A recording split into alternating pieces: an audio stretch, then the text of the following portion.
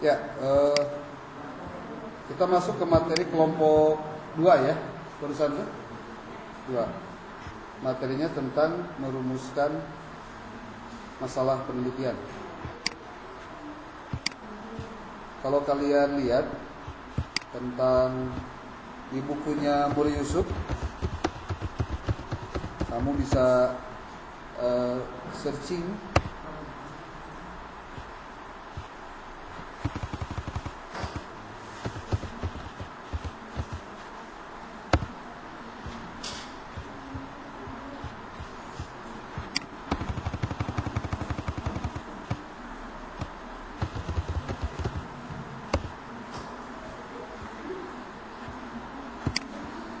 kalau di bukunya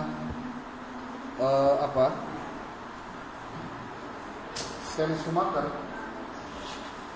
orang pembahasan tentang masalah itu adanya pada penjelasan tentang research, design, and reading research articles.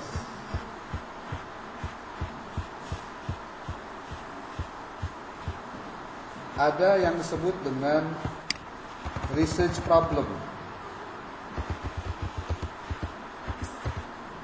Research problem.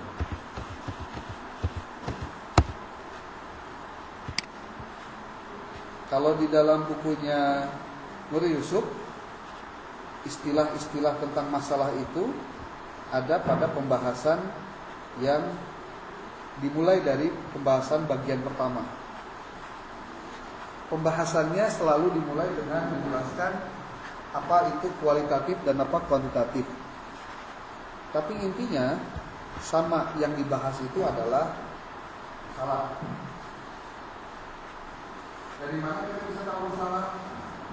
Sesuatu itu disebut masalah jika, kalau di dalam bukunya Wegulo menyebutkan 3. Kalau dia ada masalah secara filosofis, ada masalah secara yuridis, ada secara masalah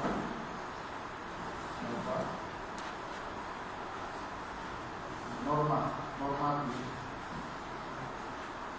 filosofis, yuridis, normatif.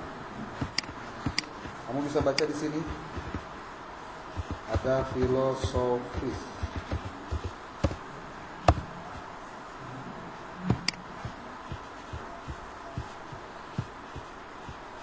Kenapa harus berdasarkan referensi dibacanya? Sebab jangan sampai kamu berbicara, berpendapat tanpa ada dasar.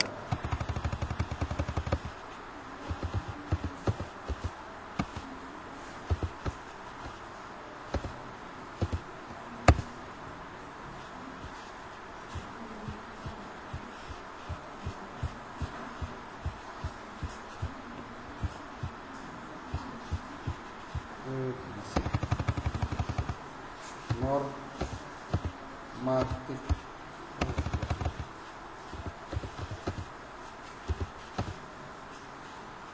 Suruh cari dulu.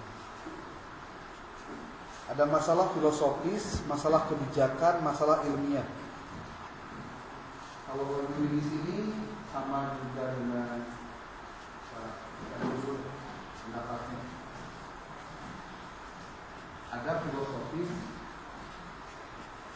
ada kebijakan, ada satu lagi ilmiah. Di tempat yang lain ada pembahasan itu bahwa masalah itu ketika ada yang disebut dengan masalah yuridis. Yuridis itu masalah berkaitan dengan aturan atau hukum. Aturan. Kalau filosofisme hal-hal yang sifat normatif dan lain-lain disebut filosofis, kebijakan hal-hal yang memang sudah diberikan ada jelas apa rules ya, apa kebijakannya. Kalau ilmiah ya terkait dengan masalah ini. Ada juga masalah itu yang sifatnya sosiologis yang terjadi di lapangan.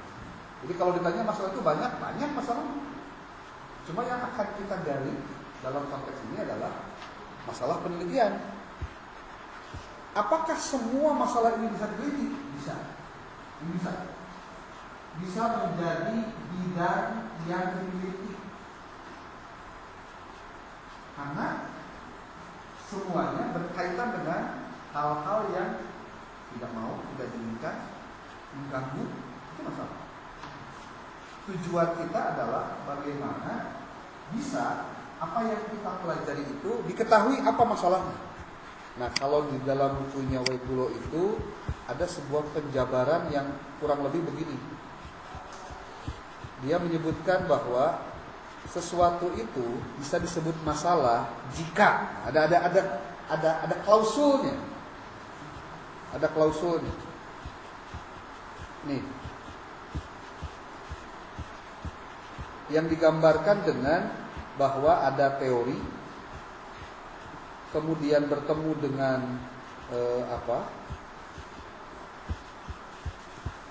dengan masalah, ketemu dengan masalah, maka dia akan disebut masalah.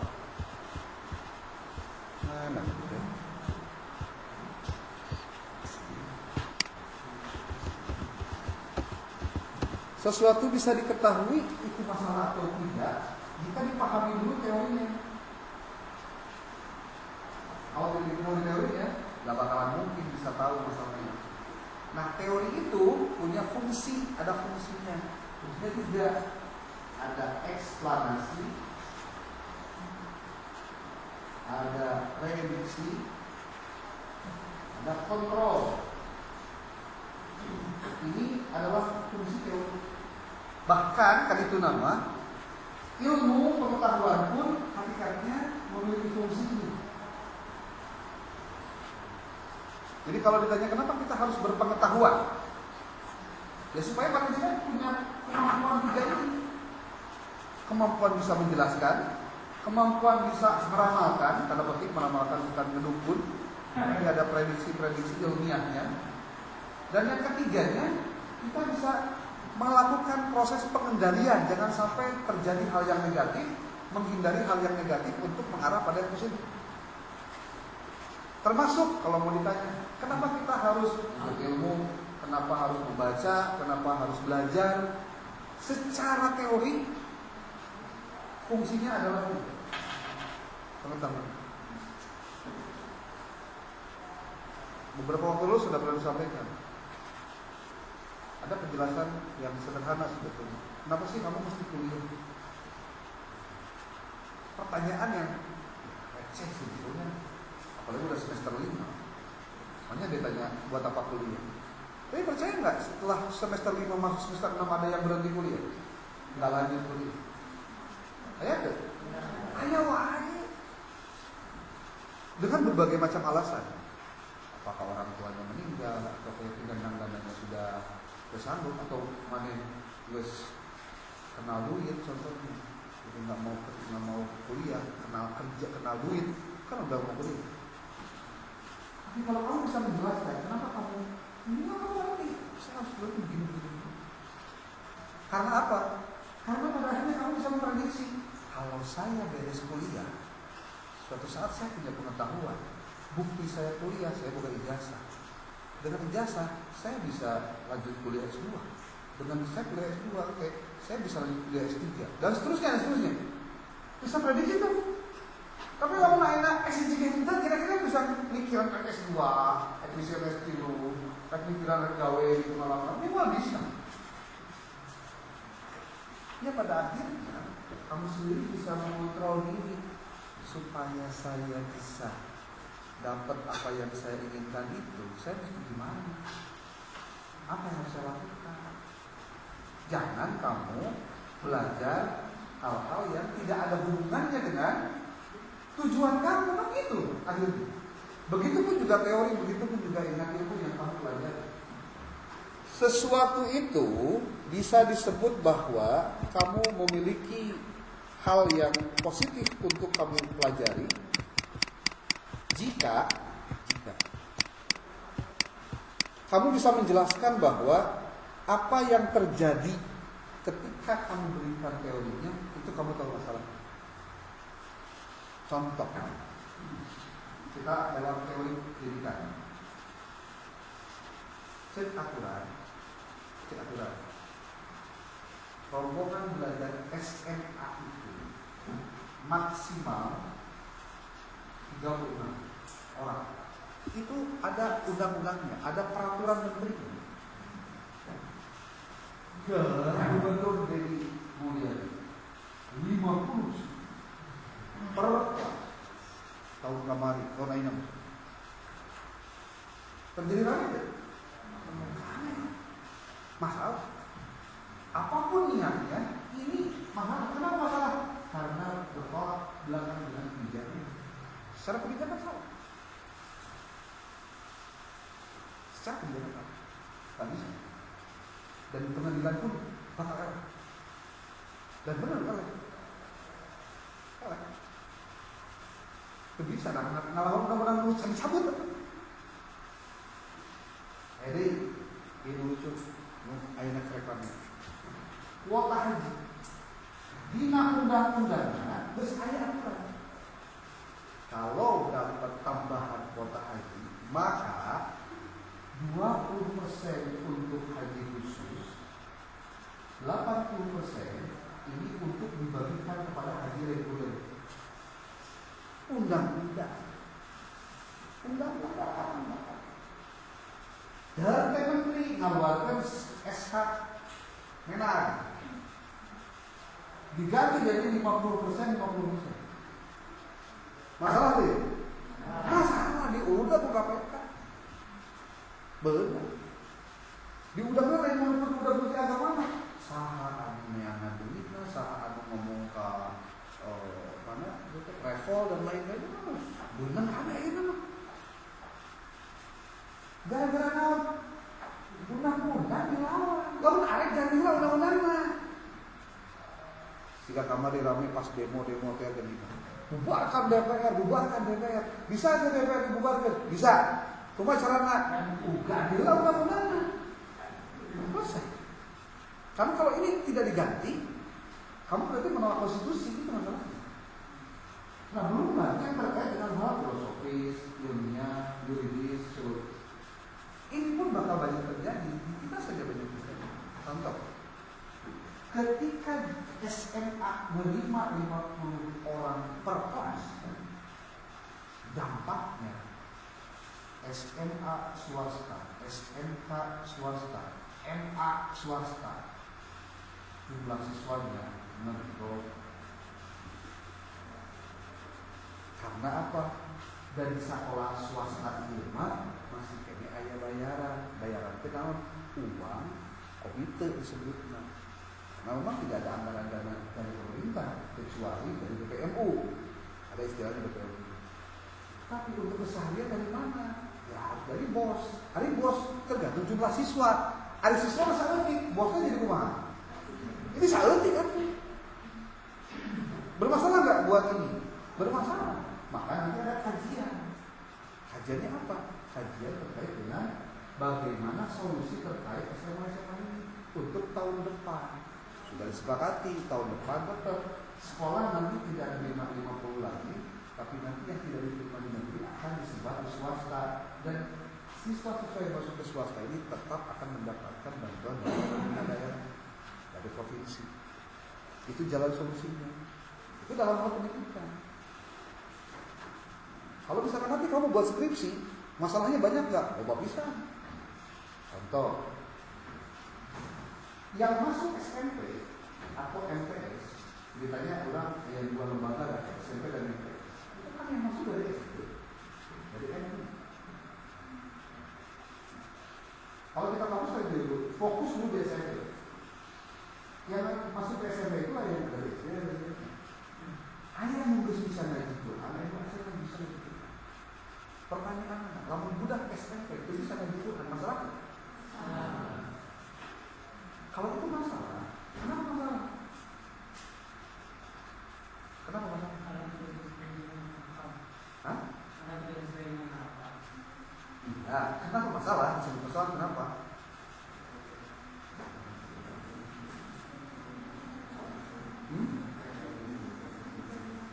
Kenapa siswa SMP lamun bisa ngaji Quran masalah? Hah?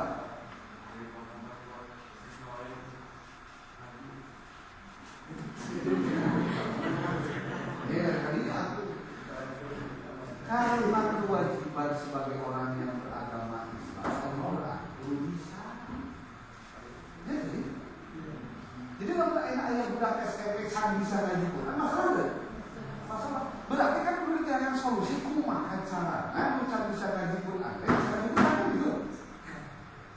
Tapi kalau kamu cari akar masalahnya, ada di mana itu teh? Coba lihat siswa SD dan itu yang masuk rata-rata, nah dia bisa ngaji Quran. Macam apa supaya bisa nyaho? Dites satu-satu dengan standar yang sama, dites. Ini kayak muat. Jangan-jangan terjadi ada anak siswa SD yang bisa ngaji, siswa SD yang bisa ngaji. Masalah tuh, masalah. Ketika tahu masalah harus cari solusi. Ya, dengan cara apa? Dibuatlah berbagai macam program atau kegiatan yang kalau siswa ini masuk SMP, di SMP dia harus sudah bisa ngaji. Itu salah satu contoh. Dalam pembelajaran apa lagi? Kalau kamu lihat, masalah itu kenapa disebut banyak? Karena kita nanti akan berhadapan dengan ini nih. Kalau kamu baca di bukunya Imam Mahali di bab tentang topik dan judul serta tema, nah ini dia menyebutkan ada istilahnya begini. Di bagian ketiga nanti kamu baca menyusun pendahuluan. Kita buku nulis dibikin itu tinggal dari maca dan dipelajari. Kamu mana bener macana, bener mempelajarinya, yang skripsi mau diwiwiti. Tapi lamun itu dibaca ya wassalam.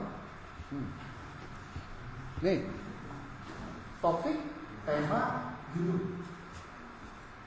Topik luas, tema itu lebih sempit dari topik, dan judul lebih sempit lagi daripada tema.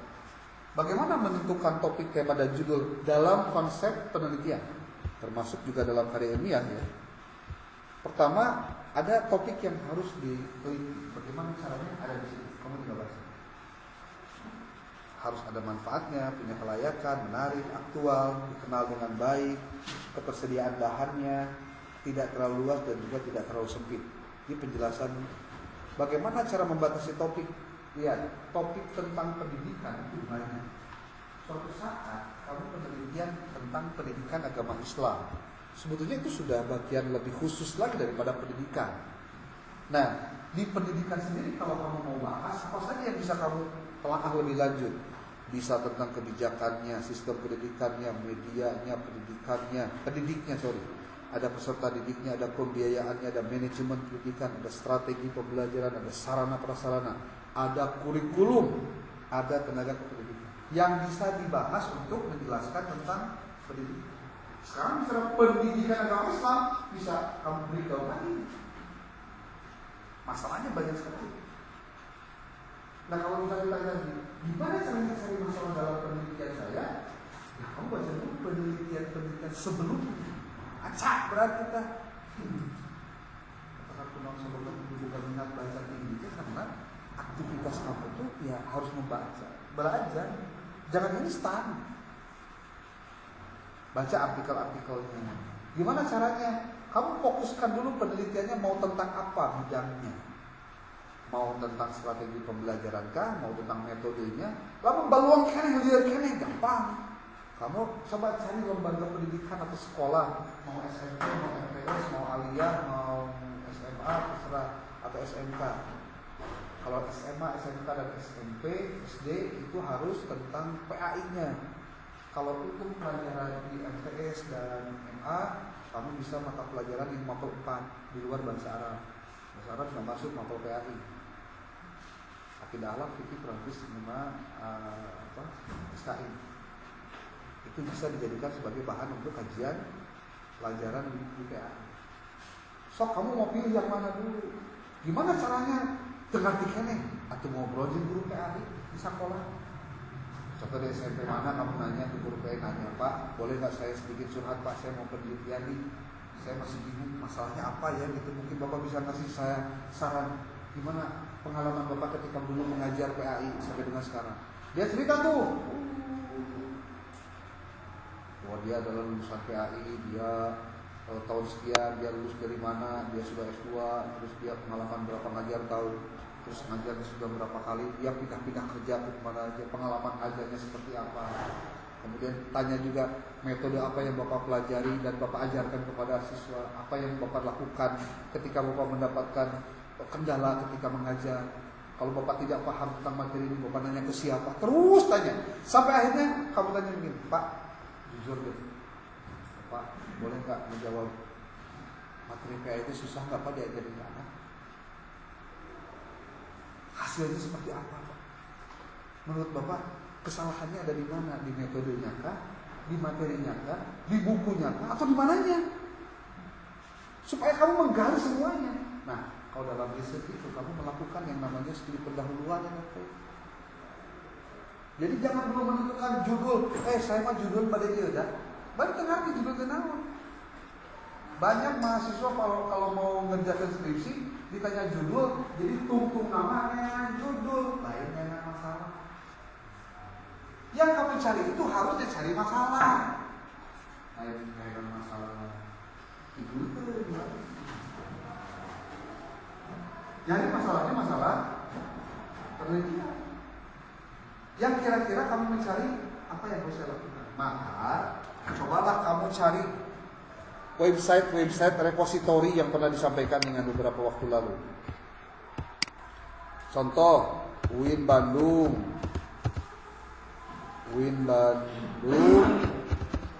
Kamu tulis di sininya repositori.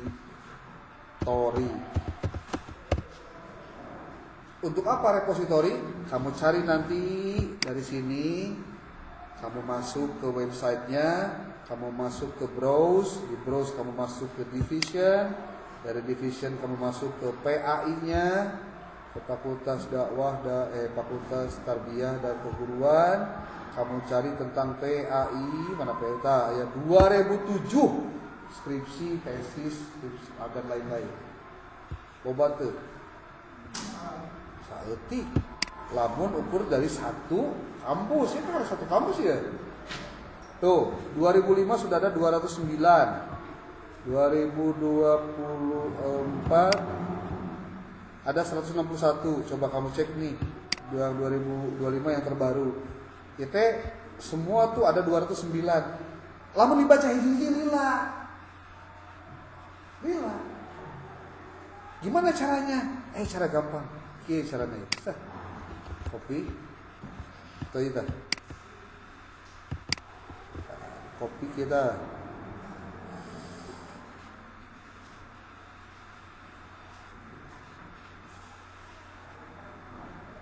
Yuk, suket. Nah, udah ya. Kamu kopi, asupkan ke ChatGPT. Kita caranya ya. Set, kopi ke tadinya. Saya minta Anda untuk mengklasifikasikan judul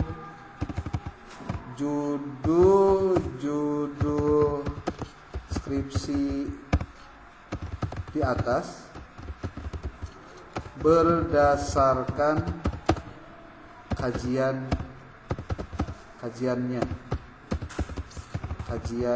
berdasarkan pendekatan penelitiannya, kuantitatif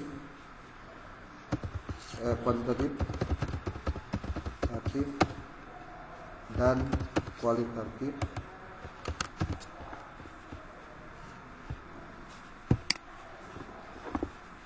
Selamat saja, jelaskan.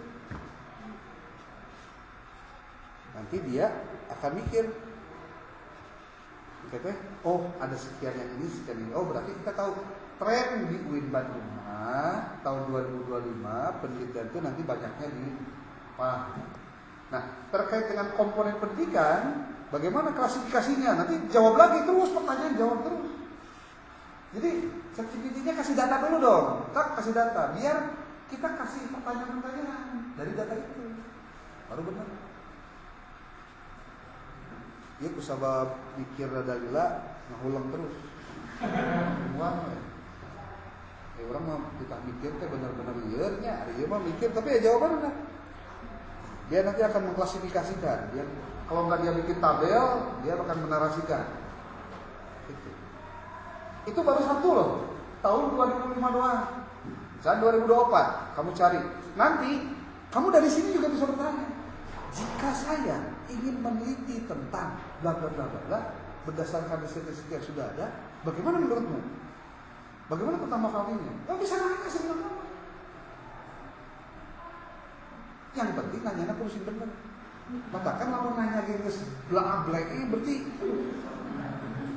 kudu pinter nanya keur kieu mah. Karena bertanya itu adalah setengah dari jawaban. Bertanya itu setengah dari jawaban. Tuh, berdalil lah memang. Karena lo pada tanah. Kenapa ini seperti ini? Karena ChatGPT-nya sudah dipola isi kamu hayangnya. Oh, di dia tah pola nate tah. Dina ieu tah dina personalization itu di ini tah custom interaction ini. Di custom heula jadi teu sambarang ngajawab. Jadi lamun ChatGPT kamu ngajawabna sakahayang ya karena kamu enggak mengcustom dia. Jadi mesin nanti. Custom dulu. Biarlah. Kayak aya videona bisa yang customna bisa ketika di sorangan. Makanya di subrek supaya lamun upload nanti bisa langsung ada notifikasi. Tuh. Dia menjawabnya ini berdasarkan kajian judul. Aturan yang saya pakai kuantitatif, ada istilah kuasi itu kuantitatif. Kalau judulnya kualitatif itu studi kasus dan lain-lain. Tuh, dia mengklasifikasi dulu nih. Dia mau pokoknya seini aja, sehayangna. Oke, kita bisa buat, tolong dibuatkan dalam bentuk file Word. Karena Word kan muatan teh. Beres gitu. Itu dibaca di kamu. Beres. Nah, kualitatif ya. Coba bayangkan kamu kudu memisahkan mana kuali mana kuanti. Abah mun teu lieur hiji-hiji gitu. Zaman ayeuna geus canggih gitu. Hanya teu pinter kamu tuh. Bahkan kudu ini kan catatan singkat. Mayoritas judul tak? Mayoritas judul eksplisit menyebutkan kuasi, eksperimen, operasional atau pengaruh. Saya klasifikasi sebagai kuantitatif. Studi kasus deskriptif, bla bla bla. Beberapa pengembangan implementasi tidak disebutkan. Nah, tuh. Jika kamu ingin pakai tabel Excel, CSV lengkap dengan judul bisa, tuh. Diajar. Awas itu bisa. Nah, menurutmu, jika saya mau mengajukan judul untuk proposal penelitian skripsi saya, tema apa yang memiliki novelty tinggi?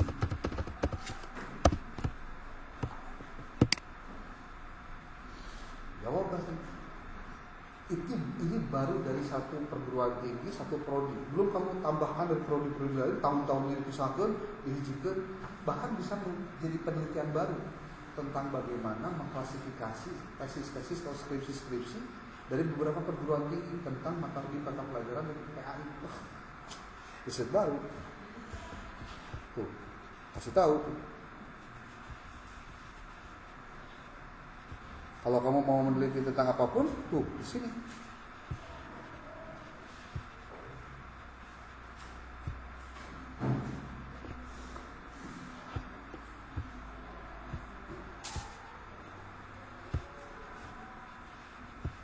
Tuh, rekomendasi top 3 untuk Anda. AI tutor di PAI paling beda dari klaster tugas game atau kuis yang menumpuk. SMPLS moderasi beragama masuk PTKIN. Microlearning PAI melalui WhatsApp praktis, mudah dieksekusi dan datanya kaya. Jadi salah satu. Jadi kalau ditanya dari mana saya mendapatkan itu baru bertanya ChatGPT. Belum kamu melakukan menggunakan publish or perish. Belum menggunakan force viewer. Mungkin minggu depan disampaikan caranya. Ya. Oke. Itu saja untuk hari ini.